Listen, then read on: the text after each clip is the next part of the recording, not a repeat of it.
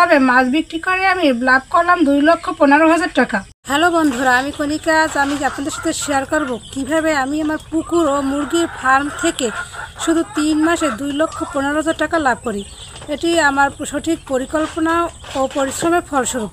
চলুন জানি কিভাবে এই সফলতা অর্জন করেছি।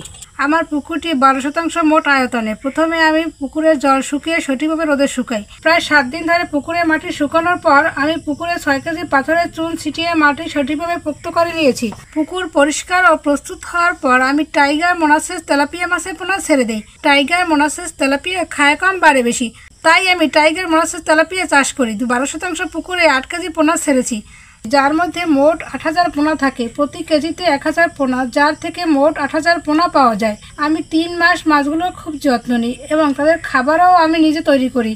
তবে আমার পুকুরের উপর মুরগির শেড থাকার কারণে মুরগিকে যে খাবার দেয় সোনালি ফিড বা ব্রয়লার ফিড, সেই অবশিষ্ট অংশ মাছ খায়। মুরগির মলও মাছের খাবার হিসেবে ব্যবহৃত হয়। এছাড়া ভুসি ও অবশিষ্ট ভাত দেই, তাই আলাদা করে মাছের খাবার দিতে হয় না। এটা আমার জন্য একটি বড় সুবিধা। 3 মাস পর প্রতিটি মাছের গড় ওজন 800 গ্রাম হয়। তাতে 8,000 মাছের ওজন আসে 6,400 কেজি, যার দাম আসে পাইকারি বাজারে 120 টাকা কেজি, ধরলে 7,64,000 টাকা। তবে আমি প্রতিটা মাছের ওজন 800 গ্রাম ধরবো না, 250 গ্রাম করে ধরবো।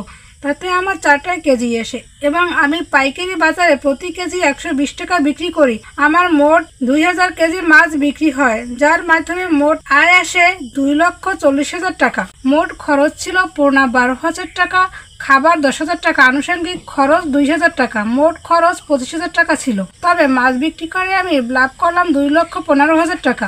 আজকে আমি আপনাদের দেখিয়েছি কিভাবে আমি মাছ চাষ এবং মুরগির ফার্ম থেকে লাভবান হই। সঠিক পরিকল্পনা, পরিশ্রম এবং খরচ নিয়ন্ত্রণের মাধ্যমে খুব ভালো লাভ পাওয়া সম্ভব। ভিডিওটি ভালো লাগলে লাইক, কমেন্ট এবং সাবস্ক্রাইব করতে ভুলবেন না, যাতে ভবিষ্যতে আরও কৃষি সম্পর্কিত ভিডিও পেতে পারেন।